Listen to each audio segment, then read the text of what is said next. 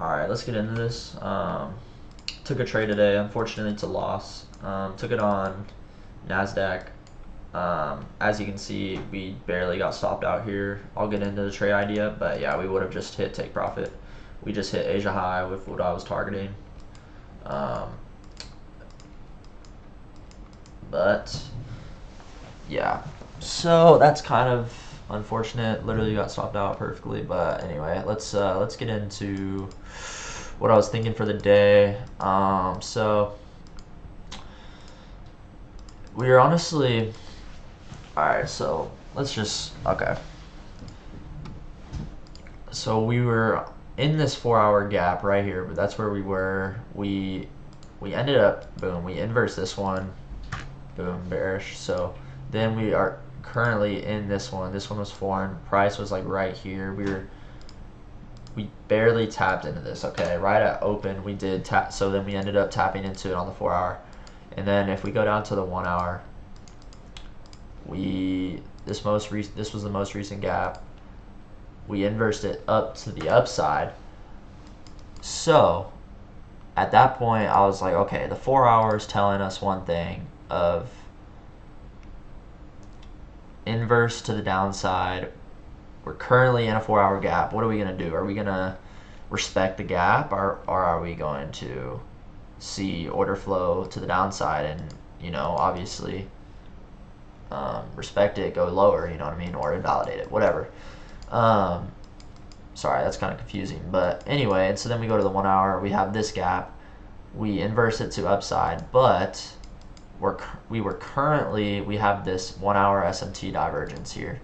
As you can see, higher high on NASDAQ, lower high on ES. And I was like, okay, boom. So ideally for what I was wanting, I was saying, okay, if this holds at open, I'm going to want to take shorts down to these lows, complete the SMT, hopefully find some sort of entry on the 5 minute, you know what I mean? Maybe whatever, I don't know. But anyway, and so that's what I was originally wanting. That's literally the simple trade I was wanting. Down to, I guess this would be London lows, and now I'd be completing the SMT.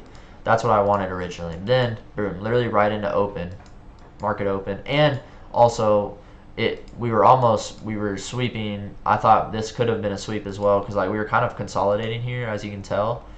But on NQ we were consolidating, but we were also moving kind of lower. So I thought this was maybe a hint that we were getting a sweep here, and we were wanting to reverse to validate that trade idea of the 1 hour SMT divergence to the downside, to target London lows.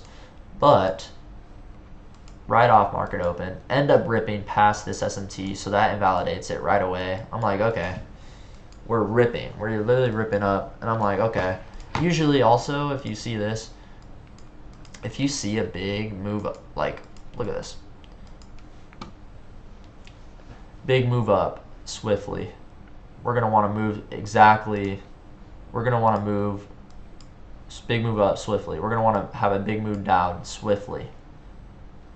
Boom, another big move up. So with this, if that 1 hour SMT got invalidated, like I was saying, then I was going to not automatically, but a good like 80 to 90% chance wise, I was going to want to take longs either up to the highs or whatever, you know what I mean? Basically, if this got invalidated, which it did. So let me delete those, sorry. But yeah, and so that happened, like I said, like literally big move down, boom, big move, you know what I'm saying? Like swift move up, swift move down. We just got a swift move up through this price range. We just got a swift, like, you know what I mean? So that's honestly what I was expecting right when we pushed past that high. So then at that point I was like, okay, I'm wanting to find an entry and just literally targeting as simple as maybe these highs, but as simple as targeting Asia session highs. Literally, that's as simple as I wanted. But if you look on the 5 minute on ES, I mean, bro, first 25 to 30 minutes of market open, straight green candles, straight bullish candles.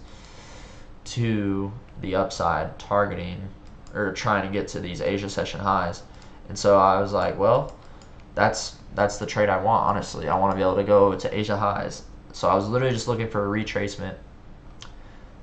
It would have been great if we could have got more. I didn't want to enter off this retracing into this gap because I wanted to see a deeper retrace. You know, we didn't even retrace on ES whenever we did on NQ.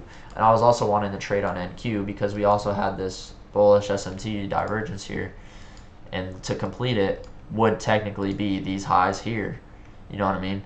So that's also was playing into that because we had this 1 hour SMT, like I said, to the downside to be completed here, but we also have this bullish SMT higher time frame to be completed up here at these highs, and looks like that's going to happen. It was exactly what I said. So yeah, okay. Anyway, and so then we end up getting the retracement we want, equilibrium here.